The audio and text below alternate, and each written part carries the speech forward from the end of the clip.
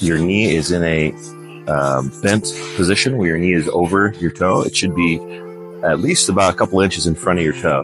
And from that point on, you want to push back, and you just want to keep pushing back with your toes. And you're just going to walk backwards, and you're going to walk all the way to the other end. And the goal is, again, to go at a speed of about 5. So we're not pushing it right now. Taking it nice and slow. Good morning for most. It's still good evening. We are here at the EOS on St. Rose in Las Vegas, Nevada. We're going to do our after bowling workout, but also we're bowling today. So we're not going to take it too hard. It's going to be a lot of sled work, just some knees over toe work, some flexibility, and rolling out. So here we go. Okay, so it should be recording. So right now, I am at the sled here at EOS, and we're going to do some sled work. I'm going to put on the weight. I usually put on 245, so a 45 on each side to start.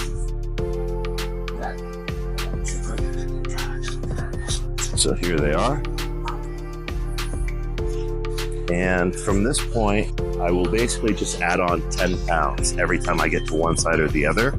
I will take a couple of shots from different angles as we go, but I wanted to at least talk about how I get started, the purposes of this, why I do it, and such.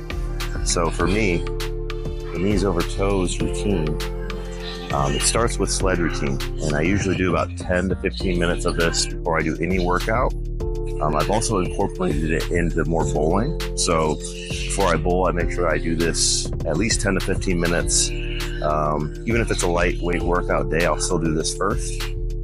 But today is a recovery day / prep day for bowling, because we're going to be bowling at South Point this morning. So I don't want to take it too hard. I'm probably going to finish with 3 plates on each side, maybe a little more, but I don't want to, again, this is more to get your body warm. It's not to really kill yourself. I could push it, I could push it to 5 or 6 plates on each side, but that's really not the objective. So we're going to get going, and I should be able to talk to you guys through this whole thing. So first you just lock it up. I usually just push it forward at first, and I get the maximum amount of room that I can kind of pull it back. From this point on, it's like you're going at about a pace of a 5 out of 10.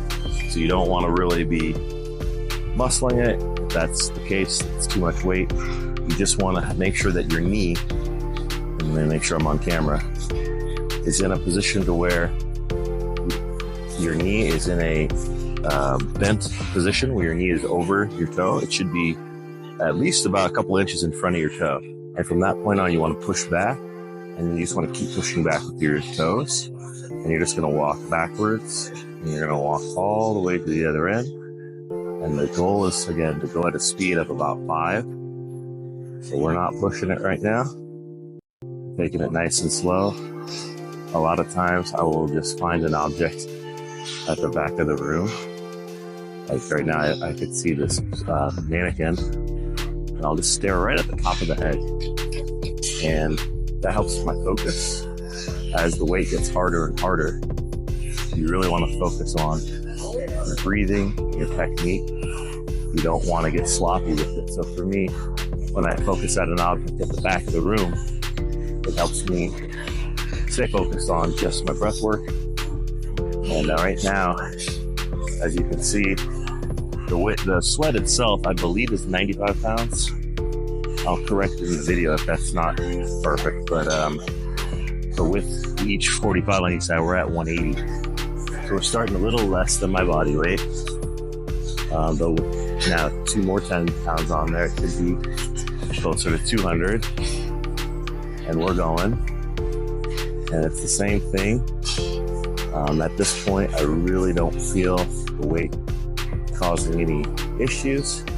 And I've noticed, for me personally, the longer that you do it, as long as you're not killing yourself leg-wise, the easier it gets, because your legs start to warm up. There's more blood flow going to the legs, and you start to have more of that morning just awakeness started by just getting your legs rejuvenated. So again, this is a great way to really just wake up the body, get the blood flow going. And we are at the other side, so that's 2 now. We're gonna add on 10 more pounds each side. And today specifically, I'm gonna just kind of keep in mind how many of these I can get done. But we're still going. Just pushing it forward. And any other details that I might want to add, I'll try to add into the video. But again, I use my arms just to kind of emulate walking or running. So I'm just using them to kind of help balance. And talking, I've noticed, as well as breathing, is a little bit more challenging. Because typically I am breathing in way more than I'm talking. So I'm slightly more out of breath than I typically am. But I at least wanted to get my thoughts out of there. I'll try a couple different angles, a couple different side angles as we keep going. But for now, we're just adding on more weight each time. And if you feel any pain at any time, all you have to do is stop moving. You know, there's really no danger to this exercise because like doing a squat, doing a lot of other exercises when you're by yourself, you can put way too much on the bar and really hurt yourself if you're not doing it properly. Whereas this, if you got too much weight on there and you just stop moving, the sled won't move. So there should be no fear behind doing an exercise like this. We're gonna do one more and then we're gonna switch angles and see what that looks like.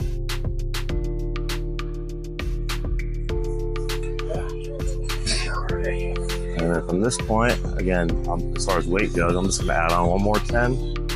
And then from there, we add on the 45. So we take off all the 10s. And then we go with 2 45s. And then we just go from that starting point. Oof. Right, so I'm already feeling it. We've been doing it for about 5 minutes now. Again, it looks like you're just kind of walking through mud, but this is really getting those legs and those knees awake. Okay, so we're going now. I got a side view of it, and I wanted just to show the angle of walking from the side view. Now we're going. Let's make sure we connect the strap. And the real importance of this angle is just to show the angle of the knee being over the toe. So we are going to show that. You'll see it when I walk by in a second. But again, as the weight gets heavier, you don't want to go faster. In fact, you want to go a little slower. Just take it easy and feel every little step and make sure that knee is in front of your toe before you push back. And we are on 3 plates with each side right now. And I'm gonna bring the view back to the front in a second, but I wanted just to show that side angle. All right, so we're back at it. We're gonna add 10 more pounds on each side. We're gonna try to make it a 4 plates today. Feels pretty good. My legs don't feel too tired, so I might as well use it if I got it.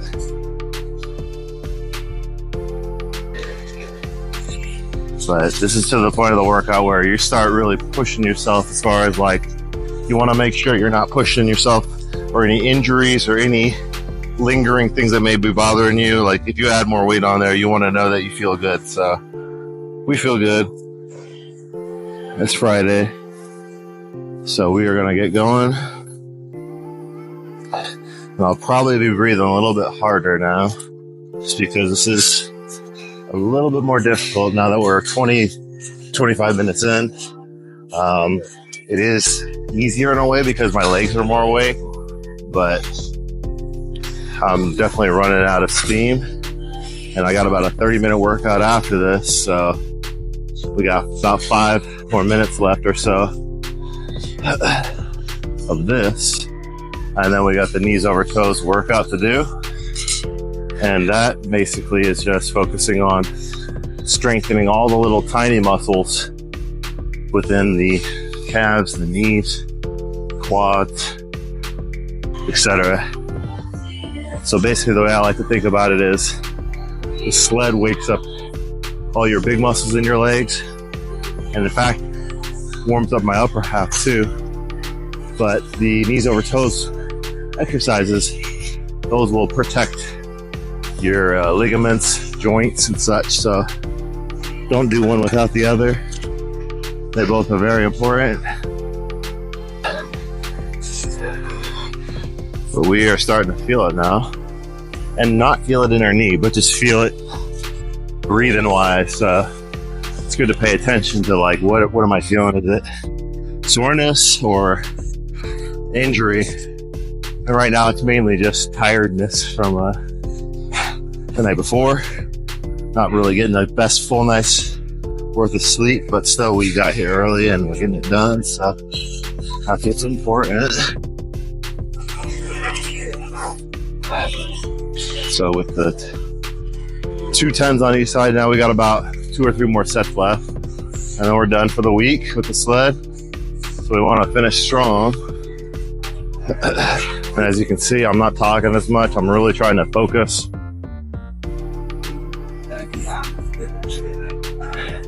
You don't want to lose your form just because you're putting on more weight.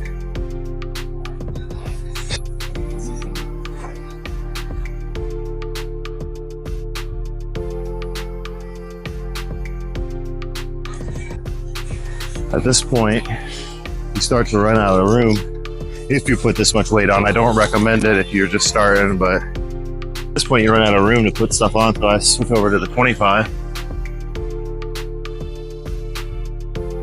Take both 10s off and put a 25 on there. So at this point I am gassed, but in a good way. I still can complete the rest of my workout, but the sled is more than just pushing around some hunk of weight. If you do it right, it can really help out your knees and protect them and strengthen them. So that's why we're doing it, because it works. Oh, here we go.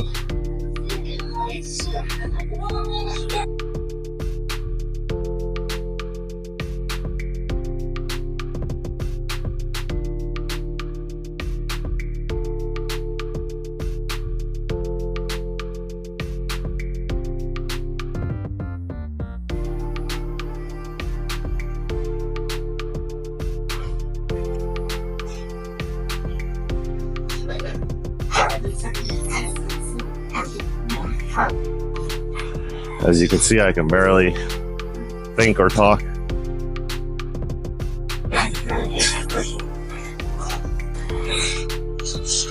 We got one more. Whew. A lot of times I'll just post the last shot on like Instagram. So I wanted to do the whole set just to kind of show people that it's more than just that last drag. It's a progression, and that progression will build you up and protect you over time.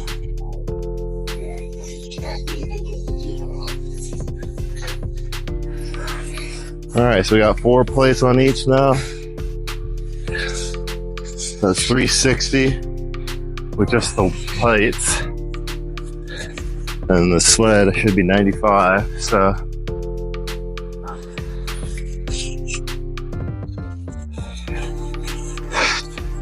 But it doesn't matter at this point, we're just gonna pull it. Because it feels good, we feel good. It's all about testing the boundary, really. How much can I do and how long can I do it for? So you get your cardio in, you get your knee protection in, you get your leg workout in. Do this 2-3 times a week. I mean, it's like that 80% maintenance that if a lot of people did this, they would be so much happier. So we got one more.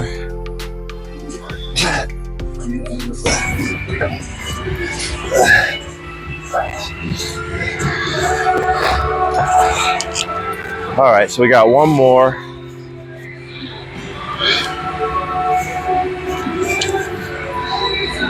So we got one more. We're gonna focus on an object in the back of the building. It kind of gives me like a tunnel vision when I just zone in on something in the back of the wall. So that's what we're gonna do. And here we go.